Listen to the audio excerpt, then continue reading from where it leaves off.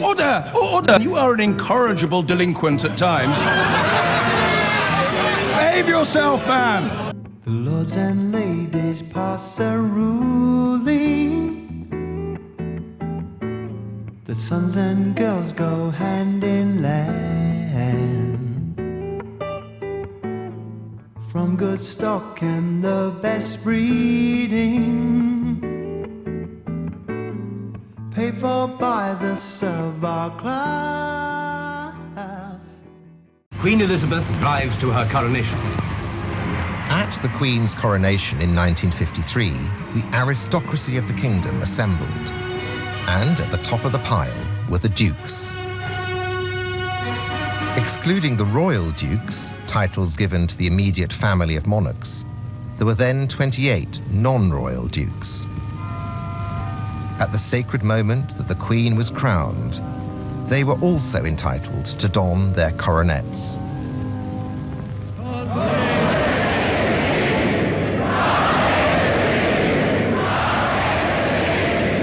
And the trumpets sound.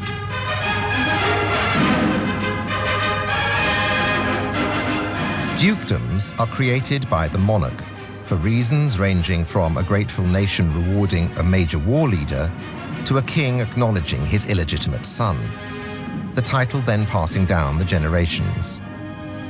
I'm Duke of Athol, Marquess of Tullybarden, Earl of Strathtyre and Strathdale, Viscount Balwider, Balvenie and Gask, Lord Murray, Thane of Glentilt, and I think I've missed one out, but there are a lot of them. This is the list of my titles. Duke of Montrose, Marquess of Montrose, Marquess of Graham of Vintry, and Baron Graham of Belford. You're all those? Yeah. So I'm the Duchess of Rutland, the 11th Duchess of Rutland, and this is my home, Belvoir Castle. If I'd been born a boy, I would have been my father's heir and the 12th Duke of Leeds. But you weren't. But I wasn't. The crowned queen. The last dukedom to be created was by Queen Victoria in 1889, and it is inconceivable that there will ever be any more. So, as they gradually become extinct, there are now only 24 non-royal dukes. What will become of those that remain? Do they still have power and wealth? What is it to be a duke in the 21st century?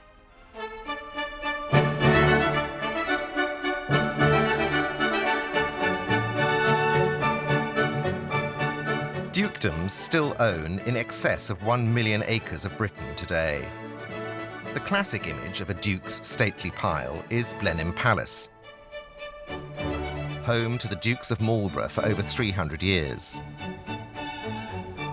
The dukedom was created in 1702 for John Churchill, a wily statesman and soldier who won a series of battles against the French. His greatest was the Battle of Blenheim. Until the Second World War, Blenheim Palace continued to run pretty much unchanged.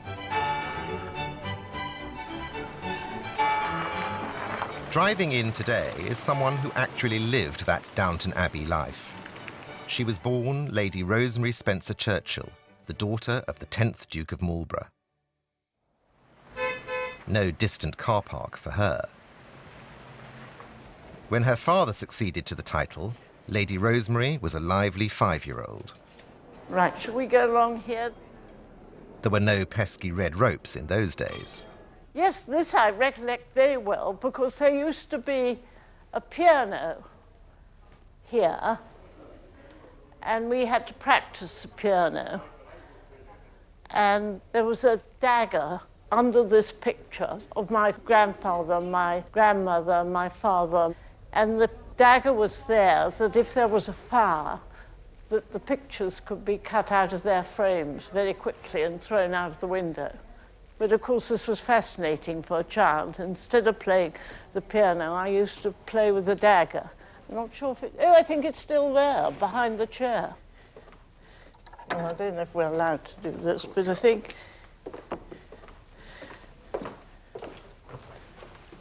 There it is, you see. It's a huge knife. It was just home, you know. You just happened to live here, and you didn't think it was really very extraordinary. When you were a child, how many servants were there? Indoors there were 36, I think. But they were the footmen were all very tall. My mother liked them to be 6 foot tall, as the average height of a male in those days was about 5'3". They were quite difficult to come by. But they were all about 6 foot. Why did she like them so tall? Well, I mean, in a house like this, you didn't want a lot of midgets walking about, did you? I mean, you know, they didn't look right. I think everything's on the slant. I hate furniture on the slant. I don't know why people have to put it on the slant. Would you rearrange it? Yes, I would. I just hate things on the slant. These are the invitations to the coronation. In early 1953, Lady Rosemary was selected to become a maid of honour to the Queen. But presumably your qualifications, Lady Rosemary, were not only beauty and height, but being the daughter of a duke. Yes, I had a head start, because there weren't any other duke's daughters. No, there was Marquis, there was Jane Vane Tempest Stewart, but otherwise they were mostly earls, I think. Way below you. Way below, yes. I believed 1 or 2 people were rather cross. And Cook told me that this should be nameless. Somebody was rather cross that her daughter hadn't been asked, but... From the roaring of the multitude into the quiet solemnity of the great abbey steps Her Majesty. Ah, yes, there we are, all going into the abbey. I'm at the back on the right-hand side. I've never seen this before. There I am on the left. The peers of the realm are already... Here's the dukes. My father would have been there, but I don't know quite where. Did you not discuss it with your parents? No, not at all. Did they say they saw you? No. They obviously did, because they would have been sort of fairly up at the top of the pile, so to speak. But no, I don't think we discussed it really at all. Do you find that odd? No, I don't think one did find it odd. You didn't find it odd in those days because you had lots of sort of very grand things that happened all the time. No, I never remember discussing it with my parents at all. And here we are on the balcony. It was amazing. The final scene. The others, I think, all went out around London afterwards, but I had to get home because my mother was roasting an ox in the park for Woodstock. There's my mother carving the ox. I'm there cutting up the meat.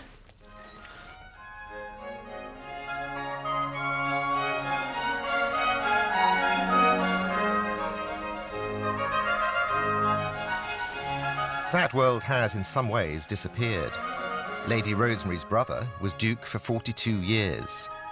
His son succeeded to the title last year. But how are the other dukedoms faring?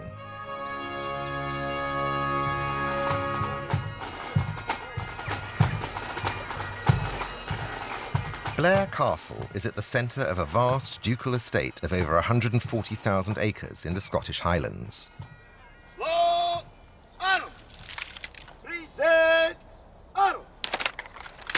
Assembling today is the only private army in Europe. The Duke of Atholl was given the right to possess such a thing by Queen Victoria in 1844. And today, the Atholl Highlanders Regiment consists of around 100 men, made up of locals associated in some way with the ducal estates. Its commanding officer lives 6,000 miles away. My father actually, he had no intention of sort of accepting the role at all. He was going to be he actually made inquiries, official inquiries as to how he could get out of it. And the person that he consulted at the Lord Lion said, you can either commit a Schedule 1 offence, or felony, they call it here, and go to jail for the rest of your life, or die. You can't abdicate being a duke. This is the archive. Wow, so what is here? Well, this part at the top has the earliest documents.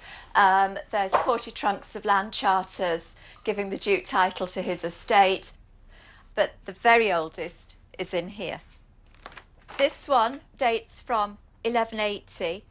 The next one is from 1199. The main thing was to prove that you owned a bit of land. So without a charter from the Crown, you had no proof. And these are the originals? Absolutely. Of course. Family history matters. When the 9th Duke died, there was a very convoluted route to his successor, a young man who was his 4th cousin twice removed.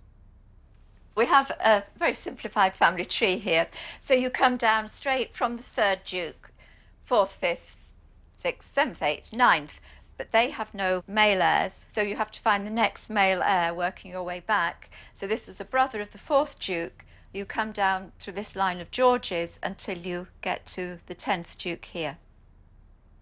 The 10th Duke had the perfect ducal image, as if from central casting. He was nearly 6.5 feet tall, talked in clipped sentences, ending each with that Victorian aristocratic tick, what? A bachelor, he died in 1996, and the whole process of finding the next heir started again. And then to get to the present line of dukes, you don't have to go quite so far back, just to the great-grandfather of the 10th Duke and his brother again, and through the male line to the present Duke. Your Grace, the Athol Highlanders are formed up and ready for your inspection, sir. Bruce Murray runs a small sign-making shop that he set up many years ago in an obscure provincial town in South Africa. In 2012, Bruce and his second wife Charmaine found themselves becoming the Duke and Duchess of Athol, along with 12 subsidiary titles. By the centre! Quick! March! Being the Duke, he is automatically the Colonel-in-Chief of the Athol Highlanders. It's quite a responsibility. It's a very, very moving experience for me to parade for them. And I said to Charmaine, the Duchess, the other day that I'm so glad that I'm on my own there, because if I had to turn around and actually have to talk to anybody else, I wouldn't be capable of doing it. I've got a constant lump in my throat when I'm on parade. You know, I'm here because of an accident of birth, and I didn't actually do anything to deserve this huge privilege that I have. All of this that happens is done for me, you know, basically. And it's just a very, very overwhelming sensation that I get to feel that I haven't done anything to deserve it.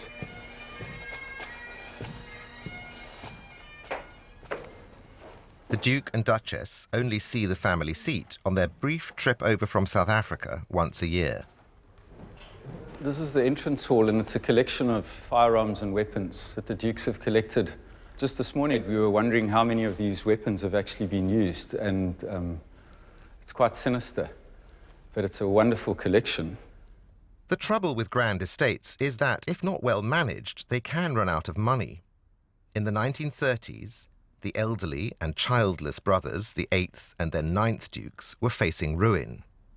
But luckily, their distant cousin, the heir to the title, was about to marry a woman with a very rich grandmother. Her grandmother, old Lady Cowdrey, realised that the estate was in financial problems and the whole thing would probably be sold. So old Lady Cowdrey stepped in, paid off the bank debt, turned the whole thing into a company. She had the controlling shares, the deal was signed, she went to Paris for the weekend for a rest and dropped dead. My great-grandmother effectively bought the estate, and her condition of buying it was that the Duke and everybody continued to live here, but her advisors ran it. And they took a more business-like approach, and one aspect of that was opening the castle to visitors. So, by bringing in capital and a commercial approach, the rich old lady had ensured for her granddaughter that there would be a suitable estate along with the title. The title stays with the male line, but the 10th Duke's half-sister Sarah is the trustee, And she and her mother and her grandmother were the ones with the actual control. So the hereditary system does not mean that the males get the control. They might get the title, but unless you're very bothered about the title, it's running the estate that's more important. Sarah Troughton, the head trustee, is the half-sister of the 10th Duke. What do you think about the title only going through the male line? Huge relief. I don't want to be a duchess. Really? Yes. I think it's a nice sort of ceremonial thing these days, but it's not something... I prefer to get on with the business side of things.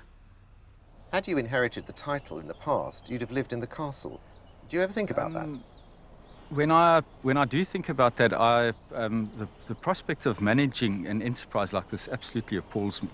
So actually the way that it is now, I'm probably one of the luckiest dukes because I have this massive enterprise that's there to allow me to be a duke.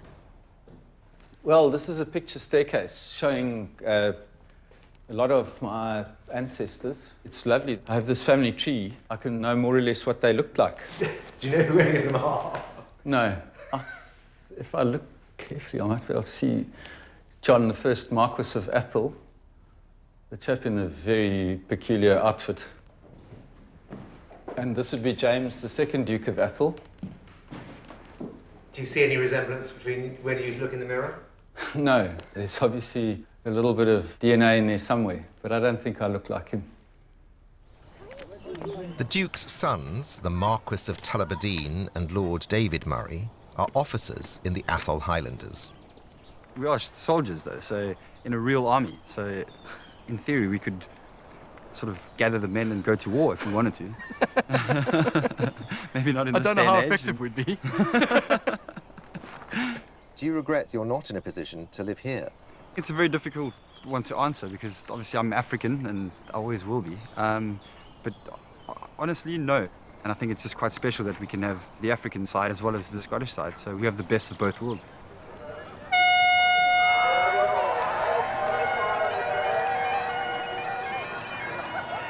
The Duke and his family play a symbolic role in all the rituals. The heir and the spare pull down their socks and get stuck in with the local fun.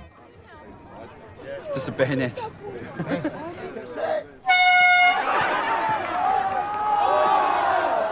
No longer a strictly military occasion, the Duchess accompanies her husband.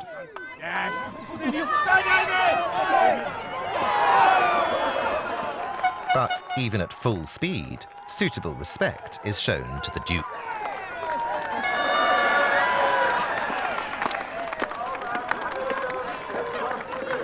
Back home, she's simply Charmaine, but here she's the Duchess and does what duchesses do. Is it fun handing out the prizes like that? It is fun and it's nice to know everybody. Are you able to enjoy it? We do. We love it. That's why we come here every year. Yeah, we love it. I mean, I'm one of 24 people out of 7 billion on the planet who have got this responsibility to be a duke. And it's onerous. You can't be trained for it in my situation. Obviously, if you're born and bred into it, it's different. But nobody can teach you how to be a duke.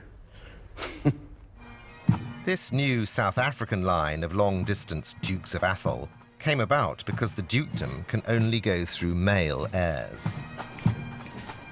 But when all male heirs run out, that is the end of the line.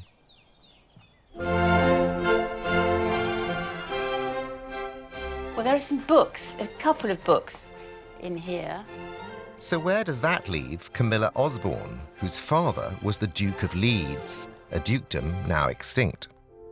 The other, rather grander book, which has got the title on the cover, and I don't know which one it was for, and that's the family bookplate. There's the coronet. She lives in a new-build close in southwest London, but she still gets odd glimpses of the precedence at some dinner tables that her status as daughter of a duke can give her. You know, if I went to a lunch at Christie's, for example, they are extremely aware because they spend their days looking up dukes and viscounts and everything else. So you would be put on the right of the Christie's director. I went to a lunch at Christie's and I was on the right, and there was a woman who was on the left who was visibly irritated because she was older, better looking, better dressed, more jewels than me, but she was on the left. And she was irritated. Did that ever so slightly please? Yes, of course it did. And in here, these pictures were taken by my father's father, who was the 10th Duke. The bathroom pays homage to the boyhood of her father. Well, there he is, sitting in a sort of rather charmingly battered straw hat, looking winsome and sad. And that is one with his mother. The Duchess had struggled to provide an heir. After 4 girls, finally she produced a boy. The arrival was celebrated with bonfires and fireworks. His title at birth was the Marquis of Carmarthen. The story of him being on a bus, and the bus stopped, and he apparently said, "Nanny, Nanny, why aren't we moving?" And she said, "Because there's a lot of traffic on the road, you see, and we can't move, the bus can't move, And he went, "Well, they wouldn't do this if they knew the little Marquis was on board." and I suppose he was known as the little Marquis. The family seat was Hornby Castle in Yorkshire. Within a couple of years of succeeding to the title in 1927, the new young Duke put the castle up for sale. With cash in the bank, he drifted round Europe, ending up on the French Riviera. This is a picture of his wedding to the Serbian ballet dancer. He got married in Nice.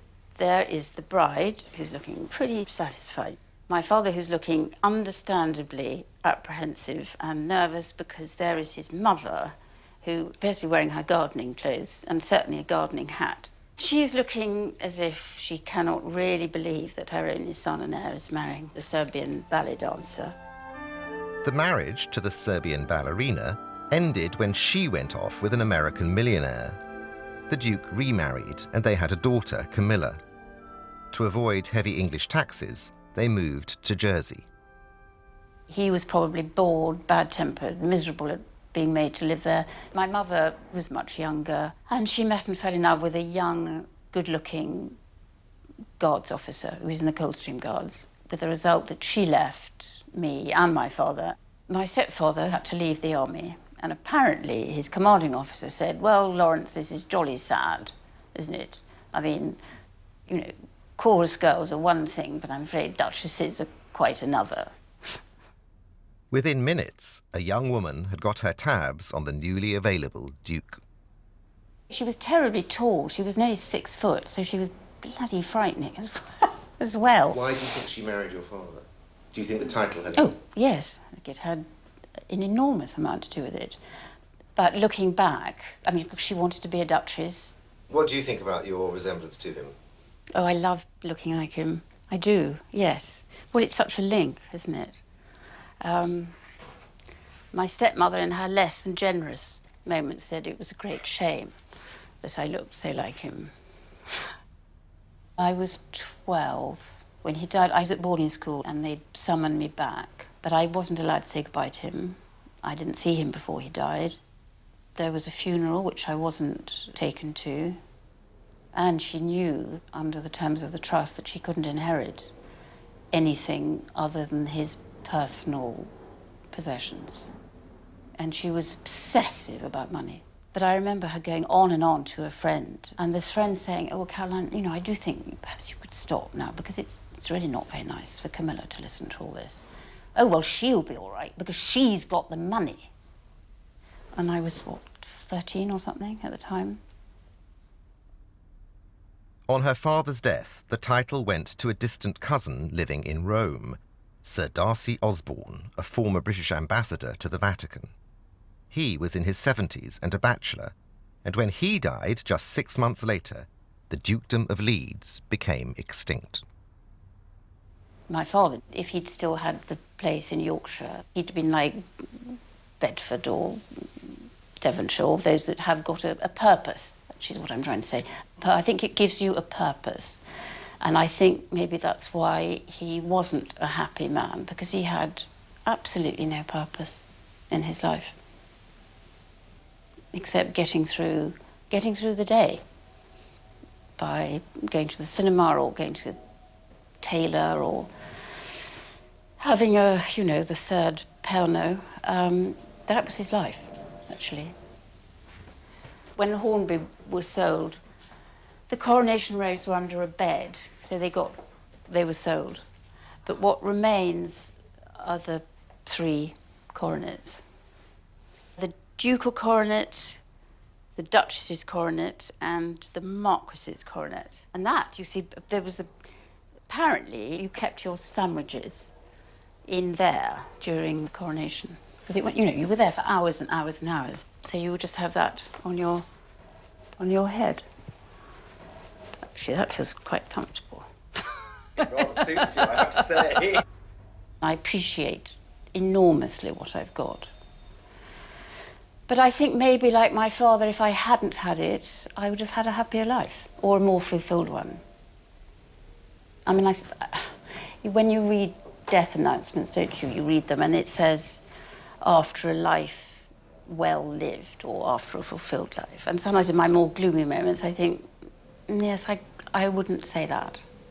Really? And not that I've been unhappy, but I just feel I've had sort of the same slightly aimless life as my father did, for different reasons.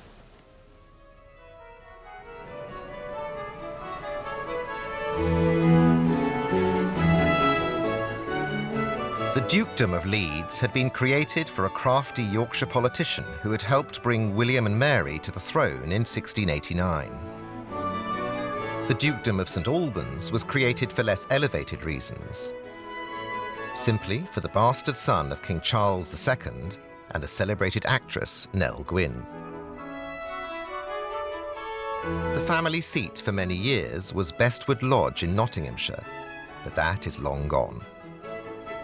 The 14th Duke of St Albans and his Duchess live in a terraced house in a quiet street in central London.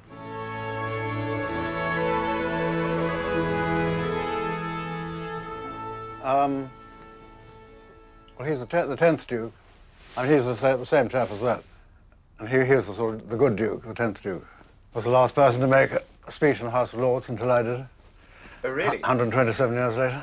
And that, I suppose, is our coronet. Do you still have the coronet? Yes, male and female. And the robes. We have the coronation robes. Oh, really? Where are they? Up in the attic. Oh. Well, we'll talk about those later. Well, the coronets out there in your study. Oh, are there? Yes. On the top? Oh, well. Yeah. Okay. That would be your one. I think that is, actually. It's the red one because it's the original box and it's very, very fragile. Now, this is Murray's one. I think they're rather lovely. That's Murray's. You hold yours, Murray. And I'll just get out my one, which I think is just so pretty. There's an original pins, which would be, say, 1680. You see those? That's what's so brilliantly clever. Those are the pins you would put in your hair, and that would keep, which the Queen obviously does. So what I do is I do that, second, and I'm pressing it into my scalp, and I do that, and then I'm pressing it in like that, and of course that is amazing, because that's it. Look. Mm. We have had no reason to wear ever to wear it any more than we've had any reason to wear the robes. And actually, in fact, Well, I wore the robes for my portrait. For the portrait. Right. And how should one address you if one's being formed? Well, that's quite Your Grace. It should be Your Grace. Quite a few people do. Quite a few of the restaurants call me Your Grace. Quite a few. But then, on the other hand, you also get people that don't. And so, well, we're very totally relaxed, actually. But do you quite like it? Well, to be honest with you, I do actually like formality. But I've always liked formality, regardless. I don't like Christian names, for instance, terribly. So it wouldn't suit me to be I don't like being called Gillian, actually, particularly by people I don't know. But that's only just me, really. So what should I call you? Well, you can call me Gillian if you like. But that's very generous. And well, no, not at all. But if on my first meeting you, what should I have called you? Or did I call you? I think I avoided it. I think you avoided it, which I think is a very sensible thing to do, because I think I could always often avoid things that I don't want to get involved with, and then I don't hurt anybody's feelings or be on, you know, any problems about it. So I think I would have done the same. So, for example, when you're booking an aeroplane ticket... Oh, that's an issue, because they say they can't put in Duke of, Duchess of, because it won't fit into their computers, which is what we're always being told. So we go in under Mr. and Mrs. St. Albans. Fine, we don't mind. But because actually we're not the kind that would want to necessarily throw in a title just because we want a better seat or whatever. You know, some people do that, but we don't. But anyway, there you go. Terribly pretty, isn't it? Very, very. Yeah. Now, I'm afraid, having mentioned your robe, we have to see the robes. Where are they? Are they next door? Oh, well... Well, in the attic. Well, on the attic? Yeah, but that really is an ordeal. Is it? Well, I'll Show us. Let's have a look. No, you're not going into the attic. Okay. That's banned, because that's where everything but the kitchen sink is. The health and safety, too. The health and safety. Luce? Hi. We need you, Luce. Okay. If you'd like to come up with me, Luce. I know. Well, don't worry. We could just put the ironing board to the side, Luce, for a second. Sorry. No, that doesn't matter. No, don't worry. We could just take that down for a minute. This would be easier in here, actually. Shall we let loose through? Yeah. Yes. There we go. Oh, that's easier, yeah. It really is, because Murray's is terribly heavy, and in his, well, look, you see, in his case, very, very frail.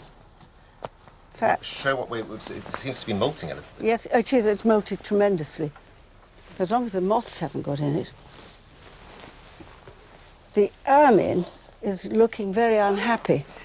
It is rather, isn't it? Fortunately, this is AK, this one. It is beautifully made. So that's lace from... Yeah, 16, whatever. So it is the original. Look. Shall I take it now? Yeah, why don't you? You take it, Michael, and then you can... Look, I think that is... Wow. That is what is really lovely, I think. Laurie, was there a bit of ermine as a sort of shawl under that? That, yes, that. Now, This, is that So just you- a spare? It's would that- no, Oh, no, it that clips isn't. on- It clips on to here, actually. Look, Murray. In fact, well done you for spotting that. We'll have it like that. That's nice. Because I think that's the ideal thing to do. Look at it. It's simply beautiful. How did you meet Murray, and what was your attitude to his title? Oh, well, first of all, I met Murray at a dinner party. As far as his title went, I think it's a charming title, actually. I think it's a particularly pretty one. But actually, my daughter's godfather was the Duke of Manchester, and I have known quite a few, so it wasn't as if it really was at all a sort of anything out of the ordinary, as it were. You're definitely out of the ordinary. You're very, very special. But not the title particularly. What have we got here? Well, we have me here in my coronation robes and a falcon. A live falcon? No, stuffed, I'm afraid, because I'm hereditary Grand Falconer of England. Hereditary Grand Falconer? What does that mean? Well, it means nothing now. I think there used to be a salary of £1,000 a year. Really? Yes, one time. Up till a few years ago, one used to get a quarter of a deer twice a year from Richmond Park. But that was stopped by Tony Blair on the grounds of economy. What did you think of that? Well, it was a pretty poor show. Because the Archbishop of Canterbury used to get it as well, and one or two other people. Murray, did your ancestors leave you a vast stately mansion and huge wealth? No, they didn't, unfortunately. So, can I ask, what have you worked for a living? What have you... Yes, I have. Doing what? Well, I'm a chartered accountant. This has got to You know, it's the top of your head. The Duke's son and heir is Charles Beauclerk, who used to use his courtesy title of the Earl of Burford, but now chooses not to. That is one of the dukes. He is a teacher and part-time historian and takes rather more interest than his dad in the family's history. And that's the 9th as a boy, so obviously the father of the 10th. I mean, do you feel a connection to these ancestors? Not particularly, really. I don't, but... Really? But I'm probably exceptional in that. I think Charles does more, don't you? I'm sure he does. To some of them, yes. Obviously, some are obscure and they're just pictures and so on, and they don't really come alive in your mind. Others do, and I think, obviously, we're fortunate in being aware of the story of our family in a way that a lot of people aren't, and therefore I think you can choose the way in which you become part of that story. I mean, we're all actors in it. One day, Charles will be the Duke of St. Albans. It is often thought that any man in possession of a grand title must not be in want of a large stately, but that is no longer the case for this dukedom. Charles, though, is fascinated by Bestwood Lodge, the pile that in other circumstances he might have inherited. It is now a Best Western hotel. Yes, this is Bestwood Lodge, which was built between 1862 and 1865 by the 10th Duke of St. Albans. And there's a lot of fantasy to it. You know, you've got the figures of Robin Hood and his merry men over the porch there. It was described at the time as acrobatic Gothic, which I think is a pretty good description. Charles and his girlfriend Sarah are hoping to put on plays here and have been delving into its traumatic family history. The 10th Duke, a talented entrepreneur, made a fortune, and with 3 sons, he thought he'd set up the family for generations to come. But within months of his death, it all started to unravel. His son and heir, Burford as he was called, 3 months after he succeeded, he was certified confined to an asylum in Sussex, and that's where he spent the last 36 years of his life. Then the youngest brother, Lord William Beauclerk, also proved mad, and just after leaving Eton, he was sent to the Priory, Roehampton. He was there for 52 years, completely forgotten by everyone. And the middle brother, Obby, who became the 12th Duke, was a restless soul who wandered around the world, and I think he became quite an embittered man. And that's what fascinates me, is what created this mental illness? I mean, was it partly societal? Were they sensitive souls who couldn't harness themselves to the whole imperial design? Or was it something more personal, something the way they'd been brought up? It's like a kind of haunting passed down from generation to generation. So I think the key is to become conscious of them, and then that demon is purged for future generations. One of the reasons I gave up the title in the first place is because people's perceptions of you can actually create a sort of straitjacket. It often attracts people who just want to know you because they're snobs, and therefore you can fall into the wrong company very easily. I think much better just to be Mr. Beauclerk, go about your business. But yes, if I felt I could use it in a powerful and creative fashion, then I would. If Charles doesn't take up the title, this might be the last practical incarnation of it.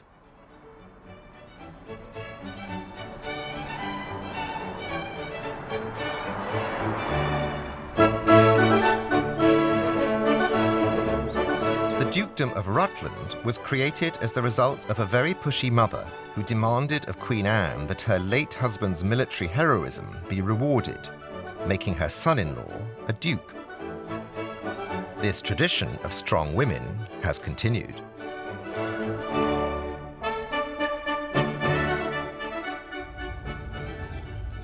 I remember very well the feeling of driving up here to Belvoir Castle in my rather beaten-up old Fiat and having to stop and take my breath back for a moment and seeing this extraordinary castle and thinking, whew, I'm going to stay there. The building itself is so imposing, it takes people's breath away.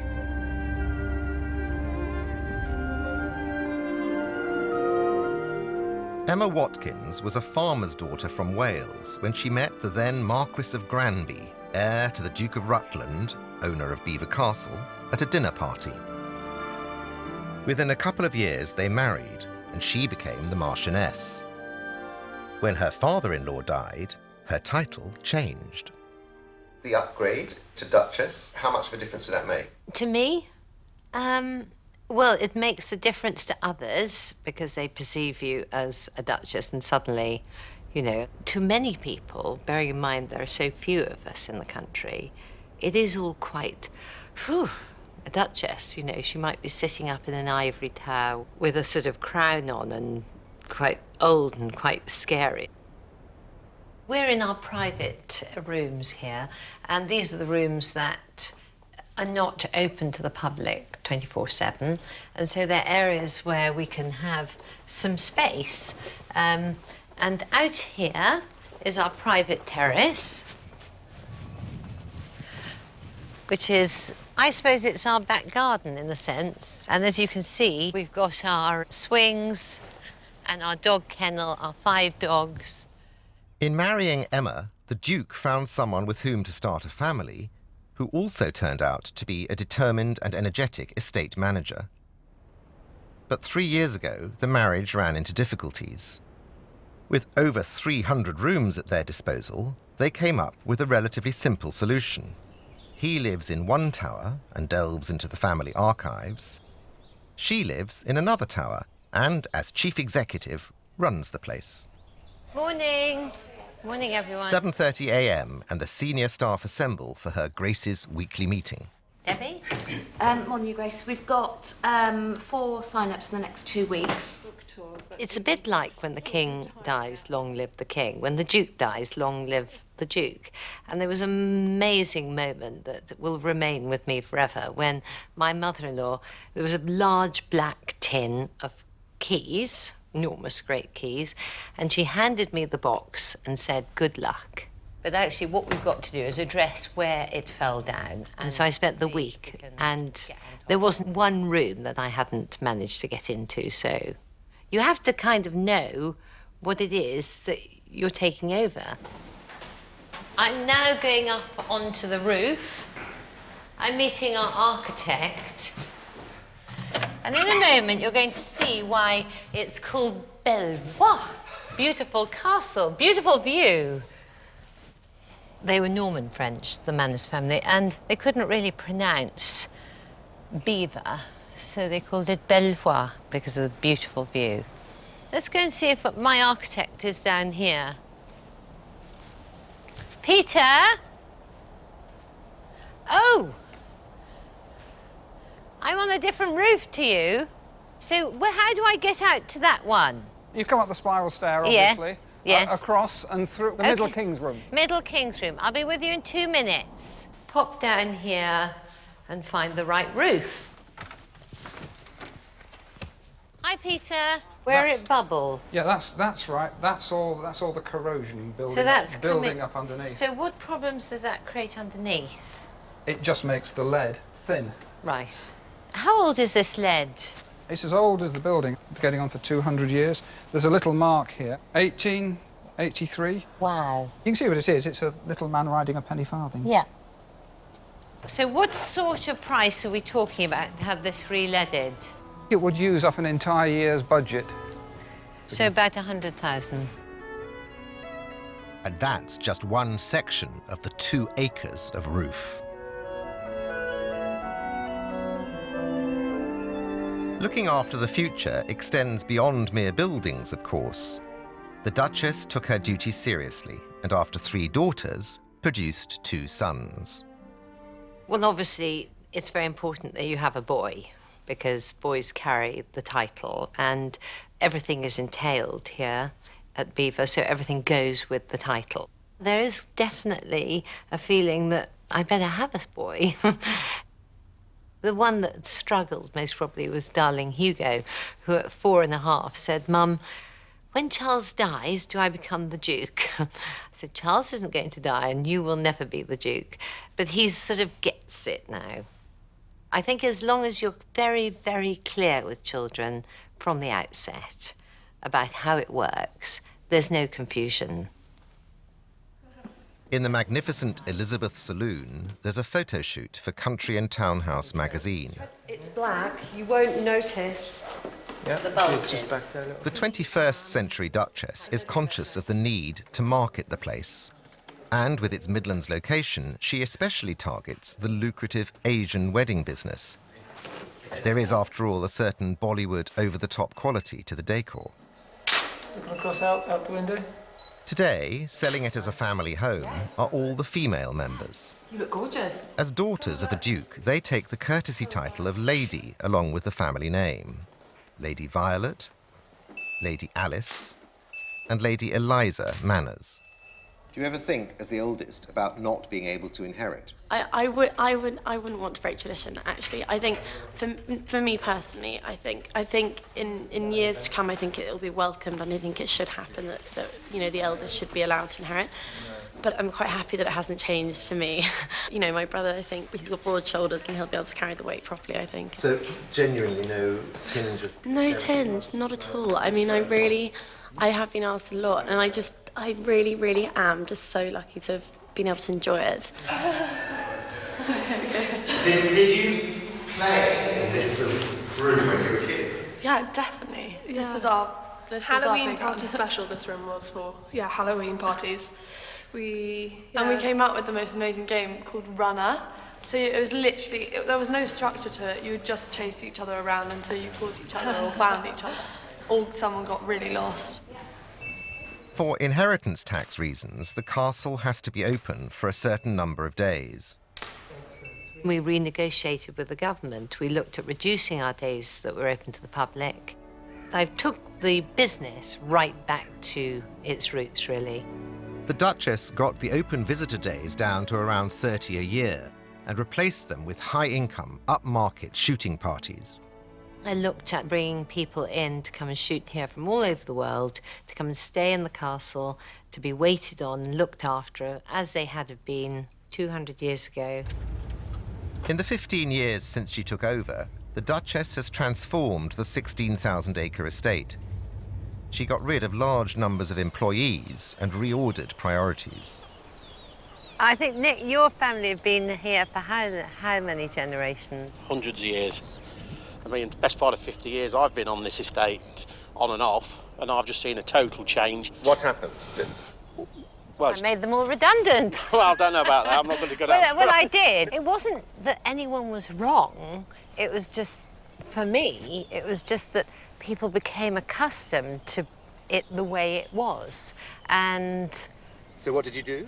So I made a lot of people redundant. It's brought this place back to being a properly run estate. But it was controversial?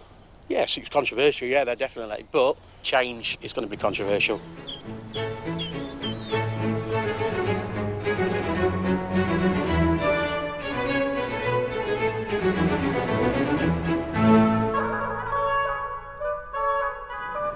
The old seat of power for the aristocracy was the House of Lords. Tony Blair's government managed to abolish all but 92 hereditary peers. Amongst them, there are only 3 dukes. The Duke of Montrose is a former Conservative Shadow Minister for Scotland in the Lords. I'm going down the corridor towards the House of Commons, where the pictures are all to do with the time of the Civil War. And this picture here is a picture of my ancestor's execution, which took place in 1650.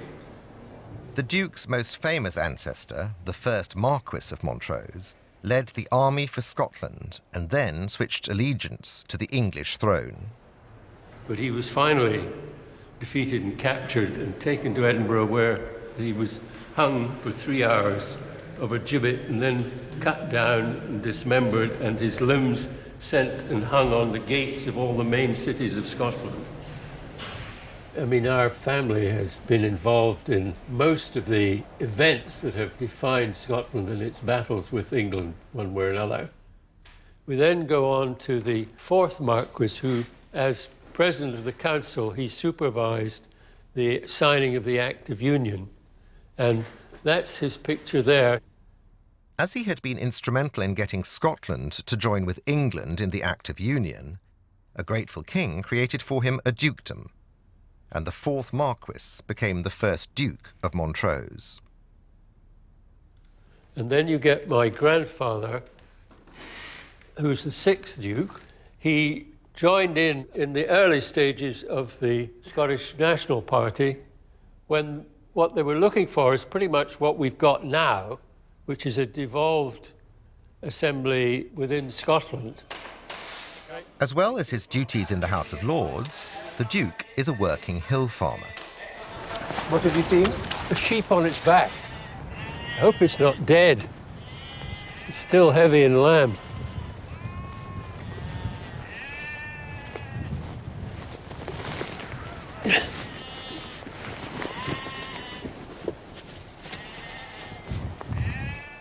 Well, that was well caught, so she'd be better off that way round. Do you sometimes get a sort of sycophancy? It'd be very rare, I would say. It might be different in some areas where there are still people who can afford to be very grand, but I think sycophancy mainly comes to people who are very rich. When they were very rich, their stately pile was built in the Victorian era by his great-great-grandfather. They had the idea that life would go on in a very grand style, but of course it belonged to a lifestyle which was about to just vanish away. Today, Montrose lives in a more modest 1930s house, stuffed with mementos of the family's 1,000-year history. These are the socks and the hat that he wore at his execution. And then this cloth here was supposed to be where his heart was wrapped. As with so many bits of history, one is charged with keeping something alive for other people to appreciate and understand.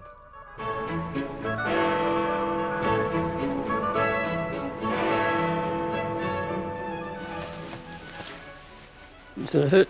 Do you want me to be your valet? These are my robes for the opening ceremony of Parliament. Dukes are allowed to have 4 bands of ermine that go right round the body like that. If I was an earl, I would have 3 bars, and if I were just a baron, I would have 2 bars. But at some point, there will be a new monarch. Will you attend? One would have to wait to be invited. I don't know that what the protocol will be by the time there is a successor to the Queen. You may find that dukes are no longer in the House of Lords at all by that time, and they're probably not considered to be very important people. As the last vestiges of their constitutional power fade, how will dukedoms with a real sense of grandeur survive in the centuries to come?